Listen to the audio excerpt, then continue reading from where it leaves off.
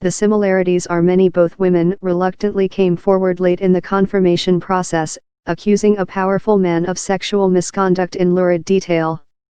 Both men denied the charges. Both women, both, coincidentally, professors, were met with vehement pushback from Republican supporters of the nominees.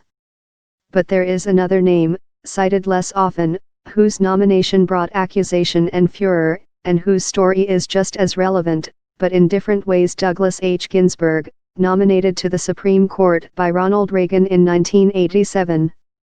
Like Kavanaugh, he was accused of breaking the law decades earlier. As a college student during the 60s and 70s, he had smoked marijuana. Past is always a prologue, and, taken together, the outcomes of both the Ginsburg and Thomas nominations tell us a lot about where we stand now. The questions asked and not completely answered back then reflect how we have changed as a society, and how we have not. The first question in all three cases is, did he do it? Learning that National Public Radio's Nina Totenberg was about to break the story, Ginsburg quickly admitted that he had smoked pot, then withdrew his name 9 days after he was nominated. Thomas vehemently insisted on his innocence, calling the hearings a high-tech lynching for uppity blacks. And Kavanaugh, similarly, has denied the accusations, issuing an early morning statement, "This is a completely false allegation. I have never done anything like what the accuser describes to her or to anyone." Is that the predictive takeaway? The guy who confesses doesn't get to be a Supreme Court justice, whereas the ones who assert innocence are confirmed. Things have changed since the Thomas hearings, starting with the very fact of those hearings. The way the Senate Judiciary Committee treated Hill, grilling her as though she were on trial, refusing to allow the testimony of a second woman with a similar story to tell, resulted in a voter backlash in the 1992 election that tripled the number of women in the Senate and sent a record number of women to the House. Yes and no. Dozens of high-profile men have lost their jobs, campaigns, and reputations after being accused of varying levels of sexual misconduct in the past year. One stark and telling exception, however, is the President of the United States, who has been accused of similar behavior by at least 13 women.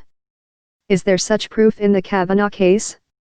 Clearly not the kind we have begun to demand in this technological age where we assume that all encounters must have left some electronic trail.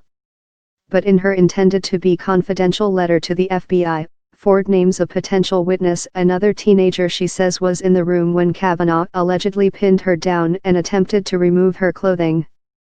That man has identified himself as Mark Judge, a classmate of Kavanaugh's at Georgetown Preparatory School, who told the Weekly Standard, "It's just absolutely nuts. I never saw Brett act that way." Mother Jones, in turn, has pointed to 2 separate memoirs written by Judge, both of which describe his high school days as filled with blackout drinking, suggesting, writer Stephanie Mensimer says, that his memory of those days may not be entirely reliable. Will this count as proof, one way or another, particularly with Me Too as a backdrop? To answer that question requires first tackling another, even if proven, should it matter? What weight should be given to a misdeed, even a crime, from 36 years ago? Of course not. That would imply philosophical underpinnings that lead to consistency, and the Ginsburg nomination, along with the Thomas hearings and the current Kavanaugh standoff, illustrate exactly the opposite of that.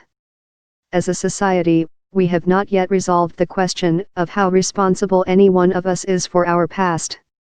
It is a question raised not only by Supreme Court hearings but also by the role and purpose of prisons, the rights of former felons, including the right to vote, and whether minors can be sentenced to life without parole. Rather than a broad social consensus on where the line might be at the statute of limitations? The age of majority at 18? The time the brain reaches full maturity, at around age 26? Evidence that a person has changed? Suspicion that they haven't? We should, as a society, decide all these things. They are, however, tough questions, and require both thought and compromise, meaning we are further from answers than we've been in generations. In the absences of moral lessons learned, our politicians, therefore, look to political ones. And Kavanaugh? Whether he is confirmed to the court will probably have little to do with what he did or didn't do in high school. It will not depend on whether senators believe him or his accuser, or whether they agree that an individual's youthful behavior should or should not be held against him or her. It will be about each senator's calculations, most particularly those of Senators Lisa Murkowski, R. Alaska, and Susan Collins, R. Maine, of the political cost of believing either of those things. Which is more important, getting this conservative seat on the court or risking voter reprisal in November? Which lights up the switchboard more, the number Me Too message that women should be believed, or one that Politico attributed to an unidentified White House advisor? If somebody can be brought down by accusations like this, then you, me, every man certainly should be worried. We can all be accused of something. It will be politics, not truth, or bedrock questions of right and wrong, that will be the deciding factor. And the Senate will kick the philosophical can down the road so some form of the same questions can be asked of the next nominee. More News Pulse news stories on the Supreme Court.